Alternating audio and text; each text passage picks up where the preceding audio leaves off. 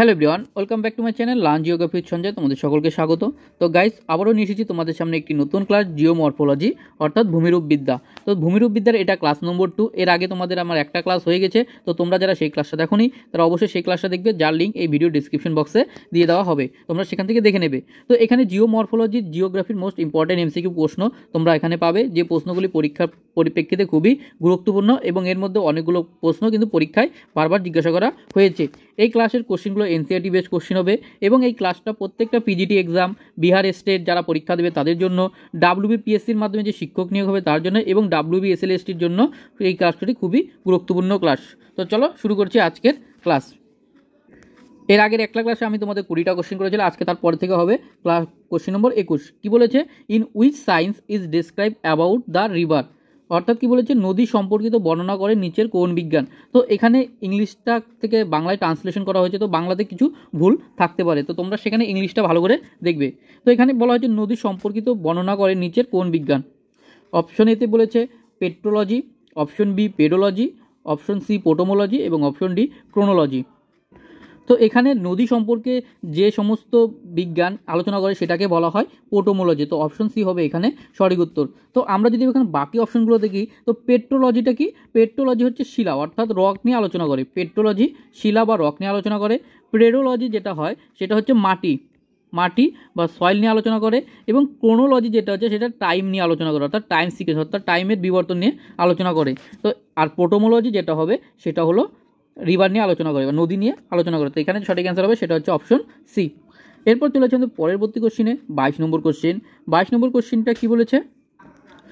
Lateral plantation theory of pediment formation was proposed by hmm, অর্থাৎ কি বলেছে, pediment তৈরিতে ল্যাটারাল মানে হচ্ছে পার্শ্বীয়, এটা হবে পার্শ্বীয় প্রবর্তন তত্ত্বটি কার দ্বারা দেওয়া হয়েছিল বা প্রস্তাবিত করা হয়েছিল। তো এটা একটি ভেরি ভেরি ইম্পর্টেন্ট কোশ্চেন এটা, কারণ এটা বিভিন্নবার পরীক্ষা কিন্তু জিজ্ঞাসা করা হয়েছে। কি বলছে, পেডিমেন্ট তৈরিতে যে পার্শ্বীয় প্রবর্তন তত্ত্ব এটা কার, সেটা হলো অপশন, এখানে বলেছে অপশন এতে বলেছে এমসি গি, অপশন বিতে গিলবার্ট, অপশন সি লসন এবং অপশন ডি হচ্ছে ডেভিস। তো এখানে যে ল্যাটারাল প্ল্যান্টেশন থিওরি এটা হলো গিলবার্টে দেওয়া, তো অপশন বি হবে এখানে সঠিক অ্যান্সার। এবার এখানে আরও একটু কিছু তত্ত্ব দিয়েছে পেডিমেন্ট তৈরিতে, সেগুলো তোমাদেরকে মনে রাখতে হবে। যেমন লসনের যে থিওরিটা দিয়েছে সেটা হলো রিসেকশন থিওরি লসনের দেওয়া। ডেভিসের একটা থিওরি দেওয়া আছে, সেটা হচ্ছে টু সাইকেল থিওরি এবং গিলবার্টের তো বললাম ল্যাটারাল প্ল্যান্টেশন থিওরি এবং এমসিজি এর দেওয়া হলো হচ্ছে শিট ফ্ল্যাট থিওরি। তো তোমরা এই থিওরিগুলো মনে রাখবে, এগুলো কিন্তু বারবার পরীক্ষা জিজ্ঞাসা করা হয়েছে। এরপর চলে যাচ্ছে আমাদের পরবর্তী কোশ্চেনে, 23 নম্বর কোশ্চেন। 23 নম্বর কোশ্চেনে বলেছে এখানে অ্যাসারশন এবং রিজন দেওয়া হয়েছে। অ্যাসারশনে কি বলেছে, Hawaii island is a region of volcanic activity এবং রিজনে বলেছে convergent plate margin are the site of volcanic eruption. তো এখানে কি বলছে, হাওয়াই আইল্যান্ড একটি ভলক্যানিক অ্যাক্টিভিটি অঞ্চল এবং কনভার্জেন্ট মানে যেটা দুটো প্লেট একে অপরের দিকে এগিয়ে আসে সেটাকে বলা হয় convergent plate margin site of volcanic eruption. মানে কনভার্জেন্ট প্লেট মার্জিন অর্থাৎ দুটো প্লেট যখন একে অপরের দিকে এগিয়ে আসে সেখানে কি হয়, ভলক্যানিক ইরাপশন হয়। তো এটার একটু বাংলাটা আমরা দেখিনি, বাংলাতে রয়েছে কোশ্চেন। তো বাংলা থেকে এখানে অ্যাসারশনে বলেছে হাওয়াই দ্বীপ হলো আগ্নেয়গিরি কার্যকলাপের একটি অঞ্চল। আর 2 নম্বর হচ্ছে অভিসারী প্লেট মার্জিন হলো সাইট ভলক্যানিক ইরাপশন, আগ্নেয়গিরির অগ্নুৎপাত। অর্থাৎ এখানে তাহলে এখানে আমরা যদি অপশনটা দেখি, অপশন এতে বলেছে both A R and are correct and R is not correct explanation of A, অর্থাৎ কি বলেছে যে অ্যাসারশন সত্য এবং রিজনও সত্য এবং অ্যাসারশন রিজনকে সঠিক ব্যাখ্যা করেনি। বি নম্বর কোশ্চেনে বলেছে আর এ অ্যান্ড আর কারেক্ট এবং R is correct explanation of এ, মানে এটা কি বলেছে, অ্যাসারশন যেটা রয়েছে, রিজন যেটা রয়েছে সেটা অ্যাসারশনকে সঠিক ব্যাখ্যা করেছে। অপশন সিতে এ ইজ ট্রু এবং আর ইজ ফলস এবং অপশন ডিতে এ ইজ ফলস এবং আর ইজ ট্রু। তো আমরা যদি এখানে অ্যাসারশনটা দেখি বা স্টেটমেন্টস দুটো দেখি, তো হাওয়াই আইল্যান্ড যেটা রয়েছে সেটা একটা ভলক্যানিক অ্যাক্টিভিটি অর্থাৎ আগ্নেয়গিরি অঞ্চলেই অবস্থিত, এটা সত্য একটি স্টেটমেন্ট। এবং রিজন বলেছে যে কনভার্জেন্ট মার্জিন সাইডে সে ভলক্যানিক ইরাপশন, এটাও সত্য। তো এখানে কিন্তু এই অ্যাসারশনটা রিজনকে কিন্তু সঠিকভাবে ব্যাখ্যা করেছে। তো এখানে যে সঠিক অ্যান্সার হবে সেটা হচ্ছে অপশন নম্বর বি। তো এখানে যে সঠিক অ্যান্সার হবে সেটা option number B, both A and R correct এবং R correct explanation of A. তো এখানে সঠিক অ্যান্সার হবে অপশন নম্বর বি।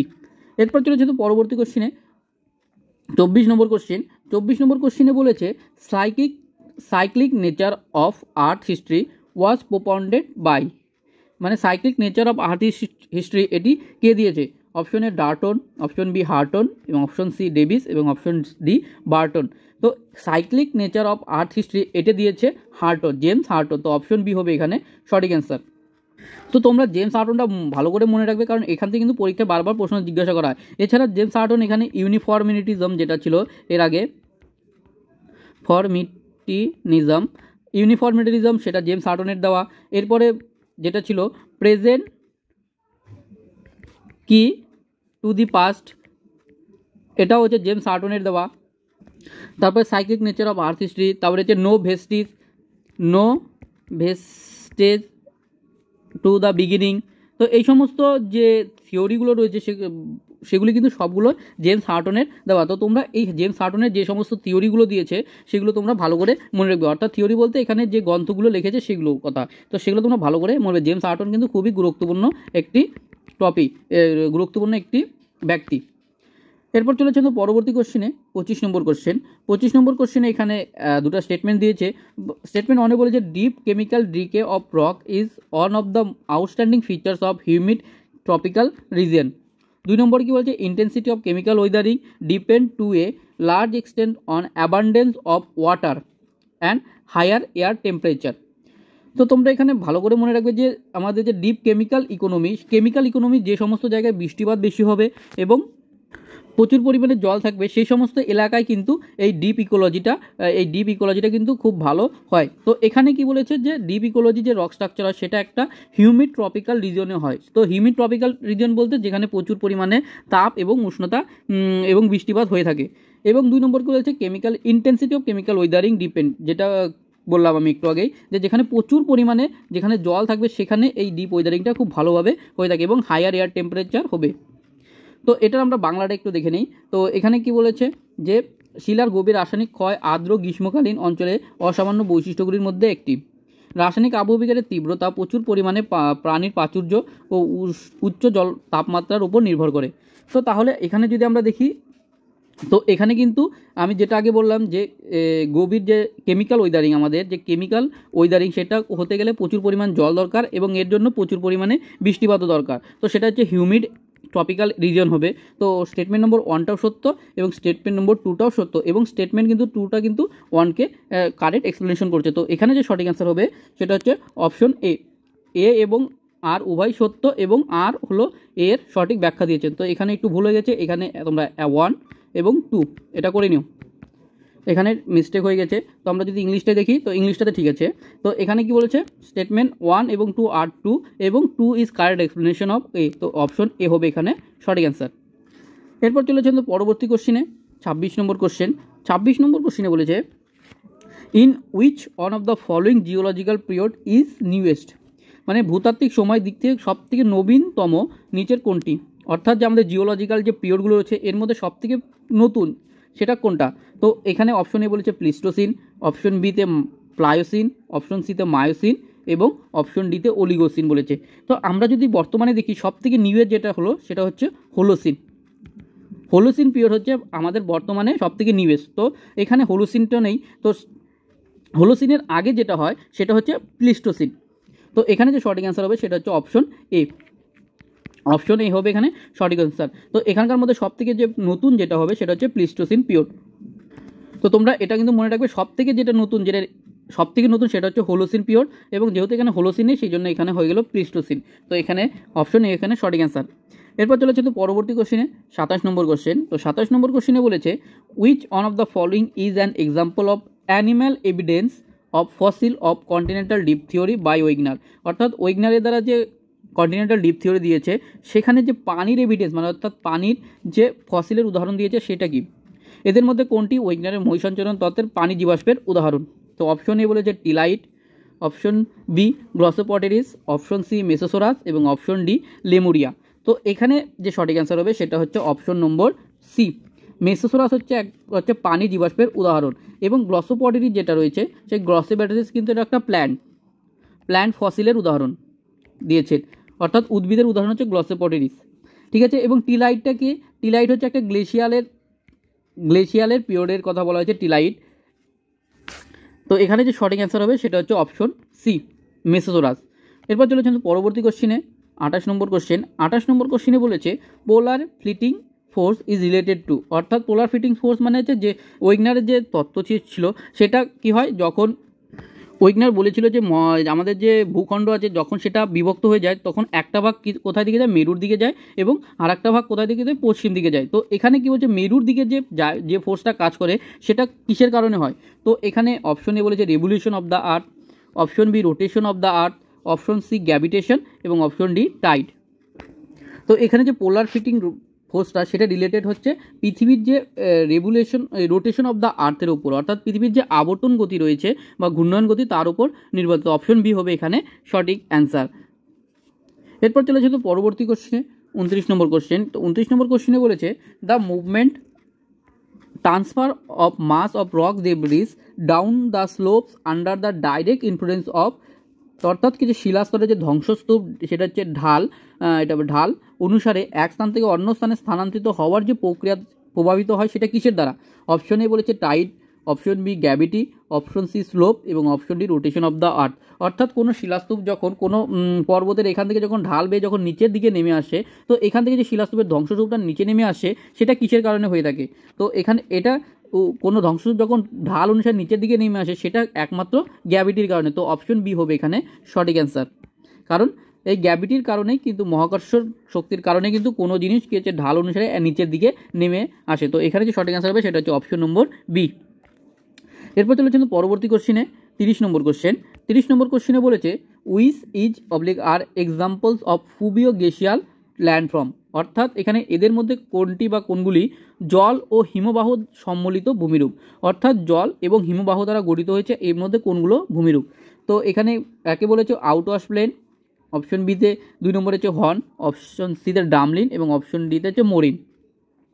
তো এখানে যে ফুবিও গ্লেশিয়াল যেটা জল এবং হিমবাহ দ্বারা গঠিত যে ভূমিরূপগুলির মধ্যে রয়েছে সেটা তোমরা দেখতে পারবে আউটওয়াশ প্ল্যান তো দেখতে পারবে। হর্ন যেটা রয়েছে এই হর্নটা কিন্তু একটি ইরোশনাল ল্যান্ডফর্ম ধরা হয়, ক্ষয়কার্যের ফলে গঠিত ভূমিরূপ হিমবাহের। ডামলিনটাকে তোমরা ডিপোজিশনাল ল্যান্ডফর্ম, কিন্তু এটা একটা ডিপোজিশনাল ল্যান্ডফর্ম, কিন্তু কোনো ক্ষেত্রে তোমরা এই ডামলিনটাকে তোমরা ফুবিও গ্লেশিয়াল ডিপোজিটের মধ্যেও ধরতে পারো। তাহলে মোরেন যেটা রয়েছে সেই মোরিনটা হচ্ছে একটা ডিপোজিশনাল ল্যান্ডফর্ম অফ গ্লেশিয়ার। তো এখানে যে সঠিক অ্যান্সার হবে, তো আমরা যদি এখানে দেখি একমাত্র অপশন 1 দেখতে পাচ্ছি এবং অপশন 3টাও কোনো ক্ষেত্রে মানা হয়। তো আমরা অপশন হিসেবে দেখি, এখানে অপশন 1 অনলি দিয়েছে এবং 3 এবং 4 কী দিয়েছে, ডামলিন এবং মোরিন। তো মোরিনের থাকার কারণে এটা বাদ পড়ে গেল। তাহলে অপশন 1, 2, 3 তো 1 তো হবে না, 1 হবে, 2 তো হবেই না, তো এখানে 2র কারণে এটা বাদ চলে গেল এবং এখানেও 2 রয়েছে, এখানে তাহলে অপশন বাকি পড়ে থাকলো সেটা হচ্ছে অপশন এ। তো এখানে যে সঠিক অ্যান্সার হবে সেটা হচ্ছে অপশন 1 অনলি। তো তোমরা এখান থেকে যে গ্লেশিয়ালের ফুবিও এবং গ্লেশিয়াল গঠিত যে ভূমিরূপগুলো রয়েছে সেগুলো তোমরা ভালো করে পড়বে। যেমন এখানে তোমরা এসকার দেখতে পারবে, তারপরে কেমটেরিস দেখতে পারবে, তো এই সমস্ত যে ভূমিরূপগুলো রয়েছে সেগুলো কিন্তু ফুবিও গ্লেশিয়াল হিমবাহের ফলে গঠিত ভূমিরূপ। এরপর চলেছে পরবর্তী কোশ্চেনে 31 নম্বর কোশ্চেন। 31 নম্বর কোশ্চেনে বলেছে which one of the following is not the process of chemical Wuthering, এর মধ্যে কোনটি রাসায়নিক আবহবিকারের প্রক্রিয়া নয়? অপশন এ বলেছে chelation, option B hydrolysis, option C solution এবং option D none of this. তো এখানে কি বলেছে, not the process of chemical weathering, কিন্তু কেমিক্যাল ওয়েদারিংয়ে কোনটি প্রক্রিয়া নয়? তো চিলেশন একটি কেমিক্যাল ওয়েদারিংয়ের প্রসেস, হাইড্রোলিসিস এটা কেমিক্যাল ওয়েদারিংয়ের প্রসেস, সলিউশন একটি কেমিক্যাল ওয়েদারিংয়ের প্রসেস। তো তিনটাই কিন্তু কেমিক্যাল ওয়েদারিংয়ের ভাগ। তো তাহলে এখানে যে সঠিক অ্যান্সার হবে সেটা হবে নান অফ দিস, মানে এর মধ্যে কোনোটিই নয়। তো অপশন ডি হবে এখানে সঠিক অ্যান্সার। এছাড়া এখানে কী আর রয়েছে কেমিক্যাল ওয়েদারিংয়ের মধ্যে, অক্সিডেশন, কার্বনেশন, তারপরে হাইড্রেশন, এই সমস্ত যে প্রক্রিয়া সেগুলো হচ্ছে কেমিক্যাল প্রসেসেস অফ ওয়েদারিংয়ের মধ্যে পড়ে। তো তোমরা এই নামগুলো ভালো করে মনে রাখবে। এরপর চলেছে তো পরবর্তী কোশ্চেনে 32 নম্বর কোশ্চেন। 32 নম্বর কোশ্চেনে বলেছে the Richter scale measure the magnitude of earthquakes wave. 2 বলেছে the Mercalli scales measures the damage of the earthquake of the over of a region. তো এর বাংলা কোশ্চেনটা আমরা একটু দেখে নিই। তো বাংলাতে বলেছে যে রিক্টার স্কেল হলো ভূমিকম্পের তরঙ্গ মাত্রা পরিমাপ করে, অবশ্যই। অপশন বিতে বলেছে মার্কেল স্কেল কোন অঞ্চলে ভূমিকম্পের ক্ষতি পরিমাপ করে, অপশন দুটাও কিন্তু ঠিক, কারণ রিক্টার স্কেল যেটা রয়েছে, রিক্টার স্কেল হচ্ছে একটা ম্যাগনিটিউড স্কেল, একটা ম্যাগনিটিউড স্কেল মানে কোনো ভূমিকম্পের তরঙ্গের মাত্রা পরিমাপ করা হয়। আর যে মার্কেল স্কেল সেটা একটা ইন্টেন্সিটি স্কেল, ইন্টেন্সিটি স্কেল মানে হচ্ছে ক্ষয়ক্ষতি পরিমাপ করা হয়। তো এখানে বলেছে নিচের কোন বিবৃতিটি ভূমিকম্প স্কেল পরিমাপের স্কেল সম্পর্কে সঠিক। তো এখানে শুধুমাত্র 1, শুধুমাত্র 2, উভয় 1 এবং 2 উভয়, এবং ডিতে বলেছে 1 এবং 2 কোনোটিই নয়।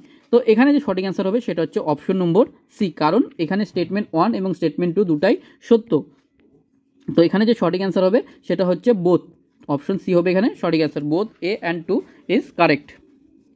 এরপর চলে কিন্তু পরবর্তী কোশ্চেনে 33 নম্বর কোশ্চেন।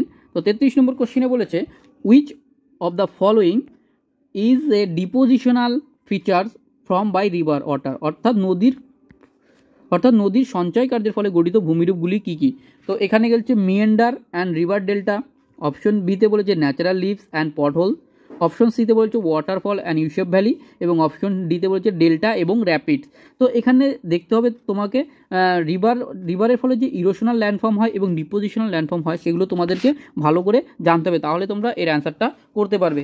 তো আমরা যদি দেখি মিয়েন্ডার এবং রিভার ডেল্টা, তো এখানে যে ডেল্টা যেটা রয়েছে সেটা ডিপোজিশনাল ল্যান্ডফর্ম, কিন্তু মিয়েন্ডার যেটা রয়েছে সেটা ইরোশন এবং ডিপোজিশন দুটো দ্বারাই গঠিত ভূমিরূপ। তো এখানে আমরা মিয়েন্ডারকে ডিপোজিশন হিসাবে ধরতে পারি। তাও আমরা বাকি অপশনগুলো দেখে নিই। তো এখানে মিয়েন্ডার এবং রিভার ডেল্টা হতে পারে। তাহলে ন্যাচারাল লিভস এবং পট হোল, তো ন্যাচারাল লিভস একটা ডিপোজিশনাল ল্যান্ডফর্ম, কিন্তু পট হোল যেটা রয়েছে সেটা একটা ইরোশনাল ল্যান্ডফর্ম, তো এটা বাদ চলে গেল। তাহলে ওয়াটারফলস ইন ইউসেফ ভ্যালি এটাও একটা ইরোশনাল ল্যান্ডফর্ম, তো এটাও হবে না। তাহলে ডেল্টা একটা ডিপোজিশনাল ল্যান্ডফর্ম, কিন্তু র্যাপিড যেটা রয়েছে খরস্রোত সেটা হলো একটা ইরোশনাল ল্যান্ডফর্ম। তাহলে অপশন কি পড়ে থাকলো, অপশন পড়ে থাকলো অপশন এ। তো নদী বাগ এবং বদ্বীপ হলো একটি ডিপোজিশনাল ল্যান্ডফর্ম অফ রিভার, তো অপশন এ হবে এখানে সঠিক অ্যান্সার। এরপর চলে আসে তো পরবর্তী কোশ্চেনে 34 নম্বর কোশ্চেন। 34 নম্বর কোশ্চেনে বলেছে অ্যারেঞ্জ করতে হবে, arrange the following soil particles by size in the descending order. Descending order মানে বড় থেকে ছোটোতে যেতে হবে। তো গ্যাবেলস দিয়েছে, ক্লে রয়েছে, সিল্ট রয়েছে এবং স্যান্ড রয়েছে। তো মাটির কণা অবক্রমে সাজাতে হবে, সেখানে নুড়ি, কাদামাটি, পলি এবং বালি। তো এখান থেকে এর আগেও তোমাদের আমি এই প্রশ্নটা করিয়েছিলাম। তো সবার প্রথমে যদি আমি সাইজের ডিসেন্ডিং অর্ডার দেখি, বড় দেখি, সবার প্রথমে যেটা হবে সেটা হচ্ছে গ্যাবেল, তারপরে যেটা হবে তারপরে হবে স্যান্ড, তো স্যান্ড হচ্ছে 4 আছে, তারপরে যেটা হবে সেটা হচ্ছে সিল্ট 3 হবে, তারপরে সবার শেষে সবথেকে শুষ্ক যেটা হয় সেটা হচ্ছে ক্লে মানে কাদা। তো এখানে যে সঠিক অ্যান্সার হবে সেটা 1 4 3 2, কোথায় রয়েছে 1 4 3 2, তো অপশন সি হবে এখানে সঠিক অ্যান্সার। তো এখান থেকে তোমরা যে গ্যাবেলস তারপরে এর যে সাইজগুলো আছে সেগুলো তোমাদের মনে রাখতে হবে, যেমন গ্যাবেলসের সাইজ কত হয় 4 মিলিমিটারের মধ্যে হয়ে থাকে, তারপরে যে স্যান্ডের যে সাইজ সেটা হচ্ছে 1 মিলিমিটার হয়। তো এদের যে সাইজগুলো রয়েছে সেগুলো তোমাদের একটু মনে রাখতে হবে। এরপর চলে আসছে পরবর্তী কোশ্চেনে 35 নম্বর কোশ্চেন। 35 নম্বর কোশ্চেনে বলেছে which of the following is developed by depositional, কি বলেছে depositional of sea wave and current. তো এখানে কি বলেছে সমুদ্র তরঙ্গ ও স্রোতের সঞ্চয় কার্যের ফলে গঠিত ভূমিরূপগুলি এদের মধ্যে কোনটি। তো এখানে কি বলেছে সমুদ্র তরঙ্গ অর্থাৎ সি ওয়েভ। তো এখানে যে সমুদ্র স্রোত বা তরঙ্গের সঞ্চয় কার্যের ফলে যে গঠিত ভূমিরূপগুলি হবে সেটা হচ্ছে অপশন এ বলেছে টেরেস এবং ডুনস। তো ডুনস কি একটা, সেটা হচ্ছে এয়ার অর্থাৎ এরিয়ালের ডিপোজিশনাল ল্যান্ডফর্ম, তো এখান থেকে অপশন এটা বাদ চলে গেল। তারপরে হচ্ছে অপশন বিতে বলছে ব্যারিয়ার এবং টম্বলো, তো এটা কিছু সমুদ্র তরঙ্গের সঞ্চয় কার্যের ফলে গঠিত ভূমিরূপ, তো এটা হতে পারে। তারপরে হচ্ছে অপশন ডিতে বলেছে সার্ক অ্যান্ড বিচ, তো সার্কটা কি গ্লেশিয়ালের একটি ইরোশনাল ল্যান্ডফর্ম, তো অপশন সি ডিও কেটে গেল। তো অপশন সি স্পিড এবং স্ট্র্যাক, তো এটা হলো যে সমুদ্র তরঙ্গ রয়েছে সেটা হচ্ছে ক্ষয়কার্যের ফলে, অর্থাৎ এটা হচ্ছে ইরোশনাল ল্যান্ডফর্ম। তো বাকি যেটা পড়ে থাকলো সেটা হচ্ছে অপশন নম্বর বি, তো এখানে যে সেটা সঠিক অ্যান্সার হবে সেটা হচ্ছে অপশন বি। ব্যারিয়ার এবং টম্বলো হচ্ছে depositional landform of sea wave and current. তো এখানে তোমরা একটু এগুলো মেনে এখানে ভুল দেওয়া রয়েছে, বানানগুলো তো তোমরা এগুলো একটু ঠিকভাবে করে নেবে, কারণ এটা ট্রান্সলেশন করতে এরকম হয়ে গেছে। তো এখানে যে সঠিক অ্যান্সার হবে সেটা হচ্ছে অপশন নম্বর বি। এরপর চলে হচ্ছে পরবর্তী কোশ্চেনে 36 নম্বর 36 নম্বর কোশ্চেন। তো 36 নম্বর কোশ্চেনে এখানে দুটো অ্যাসারশন এবং রিজন দিয়েছে, সেটা তোমাদের বলতে হবে। অ্যাসারশন অনেক বলেছে landslide are the rapid movement of dry material over a slope অর্থাৎ ল্যান্ডস্লাইড বলতে ভূমিধস যেটা হয় সেটা একটি র্যাপিড মানে দ্রুত মুভমেন্ট মানে প্রক্রিয়া, যেটা dry material over the slope মানে কোনো ঢাল বয়ে সেটা দ্রুত গতিতে ল্যান্ডস্লাইডটা হয়ে থাকে। রিজন কি বলেছে, landslide is cause by slipping of rock with backward rotation. তো এখানে অপশন এতে বলেছে both A and R true এবং R is correct explanation of A. তারপরে বিতে বলেছে দুটাই সত্য কিন্তু নট এক্সপ্লেন মানে এটা সঠিক ব্যাখ্যা করেনি, এবং সিতে এ ট্রু এবং আর ফলস, আর ডিতে এ ফলস এবং আর ট্রু। তো এখানে যদি আমরা 1 নম্বর অ্যাসারশনটা দেখি কি হচ্ছে, ল্যান্ডস্লাইড হচ্ছে rapid movement of dry material of over the slope, এটা হচ্ছে সঠিক। কারণ যে ভূমিধসটা যেটা হয় সেটা খুব দ্রুত গতিতে ভূমির ঢাল অনুযায়ী সেটা নিচের দিকে নেমে আসে। তো রিজন কি বলেছে এখানে, ল্যান্ডস্লাইড যেটা ঘটে থাকে সেটা যে sleeping of rock with a backward rotation. তো এখানে যে শিলা রয়েছে সেটার ব্যাকওয়ার্ড মানে পেছন দিকে যে রোটেশন ঘোরার কারণে কিন্তু হয় না। কারণ যে ল্যান্ডস্লাইডটা হয় সেটা ভলকানিক ইরাপশনে হবে, ভলকানিক ইরাপশনে হয়, তারপরে আর্থকুইকের ফলে হবে, তারপরে এখানে ফ্লাডের কারণে হয়ে থাকে। তো এই সমস্ত কারণে ল্যান্ডস্লাইড হয়ে থাকে। তো রিজন কিন্তু এখানে ভুল, সেটা হচ্ছে রকে যে ব্যাকওয়ার্ড রোটেশনে হয় না। তো এখানে যে সঠিক অ্যান্সার হবে সেটা হচ্ছে এ ইজ ট্রু এবং আর ইজ ফল। তো অপশন সি হবে এখানে সঠিক অ্যান্সার। তো অপশন সি হবে এখানে সঠিক। এরপর চলে যাচ্ছে পরবর্তী কোশ্চেনে 37 নম্বর কোশ্চেন। 37 নম্বর কোশ্চেনে বলেছে which of the following statement is correct about seismic shadow zone. যে সিসমিক শ্যাডো জোন বলতে এখানে ভূমিকম্পের যে ছায়াবলয় রয়েছে সেটা সম্পর্কে কোনটি সঠিক। অপশন এতে বলেছে the shadow zone of P wave is larger than S wave. যে পি ওয়েভের যে ছায়াবলয় সেটা এস ওয়েভের তুলনায় বড় হয়। তাহলে সেন্টেন্স নম্বর 2তে বলেছে P wave does not workers in zone of 105 degree থেকে 145 ডিগ্রি, মানে পি ওয়েভকে দেখতে পাওয়া যায় না 105 ডিগ্রি থেকে 145 ডিগ্রির মধ্যে।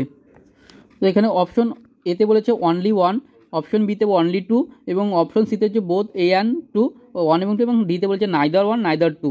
তো এখানে দেখি বাংলা কোশ্চেনটা আছে নাকি, বাংলা তো বাংলা এটা নেই। তো এখানে কি বলেছে যে আমাদের যে সিসমিক শ্যাডো জোন রয়েছে অর্থাৎ যে ভূকম্পীয় যে ছায়াবলয় সেটার সম্পর্কে কোনটা সঠিক। তো অপশন এতে বলছে the shadow zone of P wave is P ওয়েভটা বেশি হয় এস ওয়েভ থেকে, অর্থাৎ পি ওয়েভের ছায়াবলয় এস ওয়েভের থেকে বেশি হয়। তো এটা ভুল, কারণ যে ছায়াবলয় রয়েছে সেটা এস ওয়েভের ছায়াবলয়টা পি ওয়েভের থেকে বেশি হবে। তো এটা উল্টো বলা হয়েছে, তো এই জন্য এটা ভুল। তো এখানে বলেছে P wave does not occurs in zone of 105 degree থেকে 145 ডিগ্রিতে পর্যন্ত। তো এখানে এটাতে মানে হচ্ছে পি ওয়েভ ডাজ নট অকার মানে পি ওয়েভ সেটাকে দেখতে পাওয়া যায় না 105 ডিগ্রি থেকে 145 ডিগ্রি মধ্যে যে পি ওয়েভকে দেখতে পাওয়া যায় না। তো এটা কিন্তু সঠিক, কারণ এই ছায়াবলয় পি ওয়েভ এবং এস ওয়েভ দুটোকেই দেখতে পাওয়া যায় না। তো এখানে যে সঠিক অ্যান্সার হবে সেটা হচ্ছে অনলি 2। তো অপশন বি হবে এখানে সঠিক অ্যান্সার। এরপর চলে যাচ্ছে পরবর্তী কোশ্চেনে 38 নম্বর কোশ্চেন। 38 নম্বর কোশ্চেনে বলেছে which of the following features on the earth are form by tectonic movement, অর্থাৎ টেকটনিক মুভমেন্ট পাত সঞ্চালনের ফলে গঠিত হয়েছে সে কোনটি, পৃথিবীতে কোন ধরনের ভূমিরূপগুলি পাত সঞ্চালনের ফলে গঠিত হয়েছে। অপশন এতে বলেছে ভলকানিক মাউন্টেন, অপশন বিতে বলেছে ফল্ট, অপশন সিতে ফোল্ড এবং অপশন ডিতে ট্রেঞ্চ। তো এখানে যদি আমরা প্লেট টেকটনিক মুভমেন্টটা আমরা দেখি, তো টেকটনিক মুভমেন্টের কারণে আমরা জানি দুটো প্লেট যখন একে অপরের দিকে এগিয়ে আসে তখন সেখানে বিভিন্ন রকমের ফোল্ড মাউন্টেন তৈরি হয়। তারপরে যখন একটা প্লেট একে অপর থেকে বিপরীত দিকে সরে যায় তখন কি হয়, এখান থেকে বিভিন্ন রকমের ম্যাগমা বেরিয়ে সেখানে বিভিন্ন রকমের ভূমিরূপ তৈরি করে বা সেখানে তোমরা ভলকানিক মাউন্টেন দেখতে পাও। তো এখানে যে সঠিক অ্যান্সার হবে সেটা যদি আমরা দেখি তো অপশনে ভলকানিক মাউন্টেন এটা হবে, তাহলে ফল্টও হবে, তারপরে ফোল্ড হবে এবং ট্রেঞ্চও হবে। তো এখানে যে সঠিক অ্যান্সার হবে সেটা হচ্ছে 1 2 3 4 মানে সবগুলোই হবে। তো এখানে যে সঠিক অ্যান্সার হবে সেটা হচ্ছে option number C, all of above. এরপর চলে যাচ্ছে পরবর্তী কোশ্চেনে 39 নম্বর কোশ্চেন। 39 নম্বর কোশ্চেনে বলেছে which on of the following type of Wuthering is generally dominant in greater Himalaya, অর্থাৎ আমাদের যে হিমাদ্রি হিমালয় রয়েছে বা গ্রেটার হিমালয় রয়েছে সেটাতে কোন ধরনের আবহবিকারটা সবথেকে ভালো হয়। তো এখানে বলছে নিচের কোন ধরনের আবহবিকার হবে, এটা আবহ বিকার, এটা হবে আবহ বিকার সাধারণত বৃহত্তর হিমবাহে প্রভাবশীল হয়। তো অপশন এতে বলছে block disintegration, option B ski formation, option C exploration, option D granular disintegration. তো তো আমরা যদি আমরা গ্রেটার হিমালয়টা দেখি, তো গ্রেটার হিমালয় অনেক উঁচুতে অবস্থান করায় সেখানে কী হয়, বিভিন্ন অনেক ধরনের কি আইস জমে থাকে। তো আইস, যে সমস্ত জায়গায় আইস রয়েছে সেই সমস্ত জায়গায় কিন্তু তোমরা ব্লক ডিসইন্টিগ্রেশন যে প্রক্রিয়াটা, মানে ব্লক বিচ্ছিন্নকরণ, সেই প্রচেষ্টা তোমরা ভালো লক্ষ্য করা যাবে। কারণ এখানে কি হয়, একটা সময় কি হয় কি যে বরফ গলে গলে জলে পরিণত হয়, আবার জল সেটা আবার বরফে পরিণত, মানে এখানে তাপমাত্রার পার্থক্যটা প্রচুর পরিমাণে দেখতে পাওয়া যায়, মানে ব্যবধানটা, যার কারণে এখানে তাপমাত্রার বৈষম্যের কারণে এখানে ব্লক ডিসইন্টিগ্রেশন লক্ষ্য করা যায়। তো অপশন এ হবে এখানে সঠিক অ্যান্সার। তো ব্লক ডিসইন্টিগ্রেশন তোমরা আরেকটা জায়গায় ভালো লক্ষ্য করতে পারবে, সেটা হচ্ছে মরু অঞ্চলে। সেটা কোথায়? সেটা হচ্ছে মরু অঞ্চলে। সেটা মরু অঞ্চলে এই তাপমাত্রার পার্থক্যের কারণে কিন্তু ব্লক ডিসইন্টিগ্রেশন হয়ে থাকে। তো এখানে যে সঠিক অ্যান্সার হবে সেটা হলো অপশন এ, ব্লক ডিসইন্টিগ্রেশন। এরপর চলে যাচ্ছেন পরবর্তী কোশ্চেনে, আজকের ক্লাসের শেষ কোশ্চেন কি বলেছে, in a fold if both limb are parallel as well as horizontal to each other it would be cause of which of the following type of fold. এখানে কি বলছে, কোনো একটি ভাঁজের যদি দুটির বাহু যদি একই দিকে অবস্থান করে, প্যারালালভাবে থাকে এবং সেটা হরাইজন্টাল হবে একে অপরের, মানে যেটা কখনো একে অপরের ছেদ করবে না, এরকম একে অপরে হরাইজন্টাল হবে, এবং সেই ক্ষেত্রে কোন ধরনের ফোল্ড তৈরি হবে। অর্থাৎ কিছু কোনো ফোল্ডে দুটা বাহুই কিছু একে অপরের কিছু সমান্তরালে থাকবে এবং যেটা এক হরাইজন্টাল হবে ইচ আদারের এবং সেটা প্যারালালভাবে থাকবে, সেই ক্ষেত্রে আমাদের কোন ধরনের ফোল্ড তৈরি হবে। তো অপশন এ বলেছে isocline, option B recumbent, option C open fold এবং অপশন ডি কোজ ফোল্ড। তো এখানে যে সঠিক অ্যান্সার হবে সেটা হচ্ছে অপশন বি, রিকাম্বেন্ট ফোল্ড। তো অপশন বি হবে এখানে সঠিক অ্যান্সার। কারণ কোনো বাহু যখন একটা বাহুর ওপর আরেকটা বাহু অবস্থান করে এবং সেটা প্যারালাল হবে, মানে সমান্তরাল হবে এবং একে অপরের সমান্তরাল হবে, তবে সেই ক্ষেত্রে যে ফোল্ড তৈরি হয় সেটাকে বলা হয় রিকাম্বেন্ট ফোল্ড। তো এই রিকাম্বেন্ট ফোল্ডের ভাঁজ যখন কোনো বাহুর ওপর যখন আরেকটা বাহুর প্রেশারটা অনেক বেশি হয়ে যাবে, একটা সময় কি হবে, এখান থেকে ভাঁজের এক প্রান্ত কেটে ভেঙে গিয়ে এক প্রান্ত ভেঙে গিয়ে ছিটকে অন্য জায়গায় অবস্থান করবে, যেটাকে আমরা কি বলবো, ন্যাপ ফোল্ড বলবো, যেটাকে আমরা ন্যাপ ফোল্ড বলে থাকি। তো এখানে যে সঠিক অ্যান্সার হবে সেটা হচ্ছে অপশন নম্বর বি। তো গাইস, এই ছিল আজকের ক্লাসের টপ 20 কোশ্চেন। তো আশা করছি তোমাদের ক্লাসের কোশ্চেনগুলো তোমাদের ভালো লাগবে। তোমাদের এই 20 কোশ্চেনের মধ্যে কতগুলো কোশ্চেন ঠিক হলো সেটা তোমরা অবশ্যই কমেন্ট করে জানাবে, এবং আমার এই ক্লাসটা যদি ভালো লেগে থাকে তাহলে অবশ্যই তোমরা একটা লাইক করবে, এবং আমার এই চ্যানেলে যারা নতুন রয়েছে তারা অবশ্যই চ্যানেলটাকে সাবস্ক্রাইব করে রাখবে, কারণ পরবর্তীকালে বিভিন্ন রকমের ভূগোলের গুরুত্বপূর্ণ ক্লাস তোমরা এই চ্যানেলের মাধ্যমে দেখতে পাবে। এবং এই ক্লাসটা তোমরা বন্ধুদের সাথে শেয়ার করো যাতে সকলেই এই ক্লাসের সুবিধাটা নিতে পারে। চলো, তারপর তোমাদের জন্য আবার দেখা হচ্ছে পরবর্তী ক্লাসে। ততক্ষণ তোমরা সবাই ভালো থাকো, সুস্থ থাকো।